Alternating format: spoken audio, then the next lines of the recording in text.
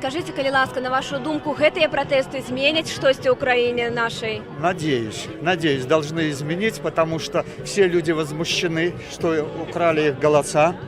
Вот. А если хочешь быть свободным, надо быть рабом закона. А наш закон растоптали.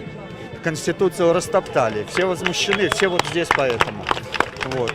Я вообще-то учитель, но я 9 вечером сюда вышел, тут мои ученики, которых они награждали одной рукой, а другой рукой они с дубинками их били. Меня это возмутило, и я вот с 9 как на работу хожу сюда.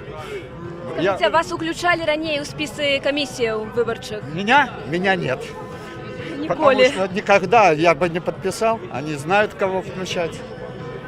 И я бы сказал, что некоторые члены комиссии бывшие, они очень угнетены, очень ходят такие смурные, прячут глаза, а некоторые летают, смеются. Так что я бы сказал, Лукашенко своими действиями разделил общество на две части. С одной стороны люди, а с другой стороны лукашисты. Дзякуй за каментар. І ми хотіли у вас так само запитатися. Я вось говорила з молодим чоловіком на мітингу праўладным толькі што там была, і ён кажа, што Лукашенко нібыта падняў краіну у параўнанні з 90-ми, стала значна лепей, што ў 90-е, правда, малады чалавек у 2000-м нарадзіўся, але ён кажа, што ў 90-е было жудасна, і толькі дзякуючы Лукашэнке ўсё аднавілася. Вы згодны з гэтым? Насамрэч было настолькі жахліва ў 90-е? Нет, вы замечательный вопрос задали. В 90-е годы я был студентом, я помню эту свободную страну, я помню эти родные флаги, я помню это студенчество. Мы не голодали, не было такого. Мы тогда стипендию измеряли в походах в ресторан. Так вот, в те годы стипендии хватало на 3,5 ресторана.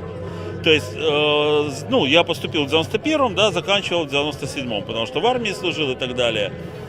В 97-й стипендии уже хватало на 1,5 ресторана. Не потому, что наши студенческие аппетиты выросли, а потому что жизнь такая.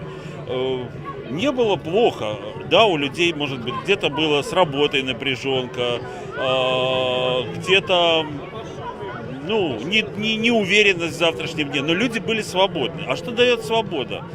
Она давала свободу как-то зарабатывать, как-то крутиться. Не было дурацких законов, не было бумаг. Даже студент мог в любое время подзаработать и иметь средства к существованию.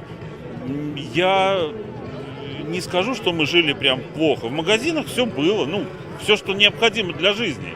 Конечно, может быть, не такое изобилие, как сейчас, но это вовсе не заслуга президента. Это рынок. Он пришел сюда и все. Причем здесь президент?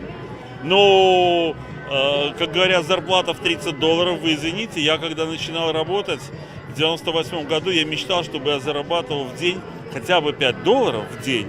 И я считал, это будет жизнь просто сказка, потому что $1 уходил на еду и там на сигареты, на пиво, что надо было 1,5, а 3,5 можно было отложить.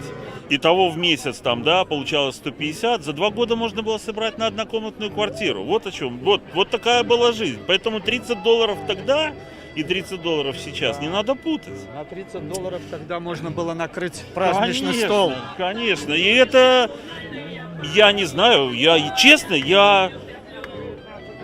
всегда задаю вопрос людям. Ребята, а в чем заслуга? Я не знаю. Я не знаю. Тихо, спокойно, так мы сами тихие, спокойные. Мы ни на кого не нападаем, и на нас никто нападать не будет. Никогда не будет нападать, потому что белорусы мирная нация. Сапраўды, дзякуй вялікі за гэты каментар.